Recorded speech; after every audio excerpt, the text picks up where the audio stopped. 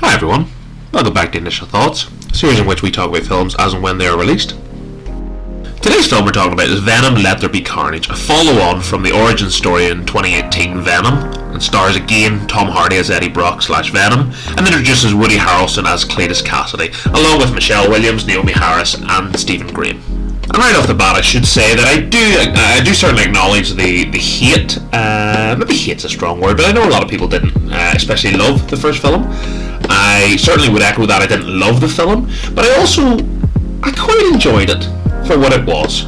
It's silly, it's a bit over the top, but you know what? It's quite a fun time, and I would echo that for this film too, the sequel. I actually think I might have enjoyed Let There Be Carnage more than the 2018 film. I think Woody Harrelson brings an interesting dynamic to an extent, but it's not a very fleshed out character. And the only real fleshed out character in both these films is, Tom Hardy as Eddie Brock. His dialogue with Venom is, you take that out of these films, and I suppose that's kind of a redundant point because it's what the film is about. But it really does.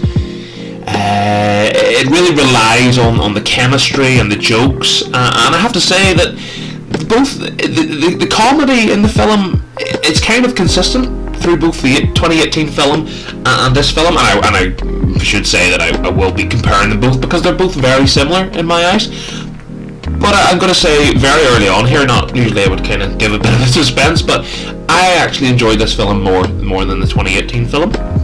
Not because it was especially better in any regard. I think the reason I enjoyed this one more, I'm a sucker for Woody Harrelson. Harrison Ford? No, Woody Harrelson is great. In most films, I wouldn't say this is his shining role by any means. He really doesn't get much chance to shine in this. But I think having an actual focused villain, having him playing Cletus Cassidy with the threat of Carnage in this film, did make it a lot more focused maybe than the first film. The first film was solely about the dialogue and the chemistry between, as I've mentioned a few times, Eddie Brock and Venom, whereas this film, having that already existing chemistry being built on, plus the addition of a focused narrative towards a villain that is in no way a memorable villain, bar the CGI side of things, and that's something I suppose I should just talk about now. The CGI in the film is very strong. It's probably the strongest element and probably the most memorable element of the film. And that shouldn't come as any kind of shock, and when we come to discussing CGI, because it's a CGI fest. It really is. It's there's some scenes, as you can imagine, when Venom and Carnage are, now this is a wee bit of a spoiler, but they do get into a bit of a scuffle at a certain point. Sorry to spoil that for you. But as you can imagine, it's very CGI heavy throughout the film.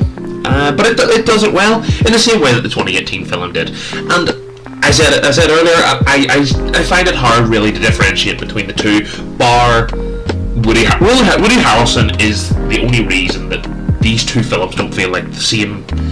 Like you're watching the same series of a TV show and you've watched the pilot and then you've watched the follow-on episode. That's what it feels like. They feel very tied together, very, very close in that regard. The villain threat from the first film, Carnage feels very much just like an extension to that, so it does feel like that. But you know what, this film's harmless. I quite enjoyed Let There Be Carnage. It's not in any way a masterpiece. It is a very meh film in some ways. In some ways, I would say, if we're talking pros and cons, pros would definitely be the chemistry and Tom Hardy and Woody Harrelson's performances. For what they can, they do well.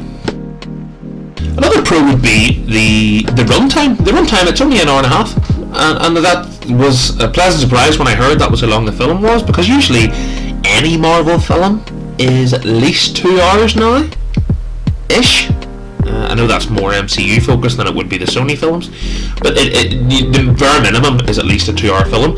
So to have a 1 hour and a half, it was quite a pleasant change of pace, because before this movie started, it was near the end, and that was it meant it was constantly engaging. There wasn't I wouldn't say I was bored at any point throughout this film, and that again probably is down to the runtime, but that was certainly a pro for me. As far as cons go, I would say it's probably the most predictable script or storyline in recent history for Marvel films. If you can imagine being in the Sony boardroom and you go, right, we want to make a sequel to Venom. We're going to have Carnage in it. How does he start? How does he end? What role does Venom play in that? Right, write that, get it sent off, make that movie. That's what it felt like. It felt very, get that done, get that shipped out, make the CGI amazing, which they did. So, I mean, for what it is, it's not anything special at all. But for a fun cinema experience, a trip to the cinema to see something, I'm trying to find superlatives that actually make it sound like it's good. It's not great, but it's not probably as bad as a lot of people will review this film. That's probably where I stand on it. A lot of people will be very harsh to this, I can imagine. People will say this is the worst movie of the year and all that dross that you always get. It's not that. You've got Tom Hardy, you've got Woody Harrelson. Even if it's the worst script or the worst CGI or the worst anything, you've got two top tier actors here. You're going to get a certain level. Whether it's good or bad, or well, good or average, it's always at least going to be average. And this probably bumps up a little bit higher than good. As you can see, we're talking, I mean, IMDb's not rated very highly. It's given a 6.4. I can't even give it that high because there is a lot of stuff that's very forgettable. But I enjoyed it enough not to bump it down to a degrading score. But I think a 6 out of 10 is fair enough for me. I think I would probably give the first Venom a 6 as well. They're both on par. But if you were, this is like a 6.1. I slightly enjoyed it more, and that was down to Woody Harrelson just because I like him, really. Very biased opinion on Woody Harrelson there, but yeah, that's where I am with this. And yeah, that's my thoughts on Venom Let There Be Carnage. That's what he sounds like, doesn't he? He doesn't, anyway. Yeah, that's the review. Bit of a shorter one today, guys. It's not a whole lot to talk about with this film. Pretty predictable, bit of fun. Go to the cinema if you've got the time to see a big CGI monster mash. And yeah, that's the end of the initial thoughts today. I really appreciate you, as always, for taking the time out of your day to listen to me talk about the films. If you want to continue to listen to me talk about the films, there's more reviews coming. June will be very soon, and I don't mean the month. And there'll be more after that. There's going to be loads more. And like and subscribe would be absolutely beautiful as always. And I will, fingers crossed, see you in the next one. Bye, guys. Thanks for taking the time to watch this video. Before you go, here are 2 of my other videos, along with my socials, to keep up to date with new information and the uploads to the channel. Much love, everyone.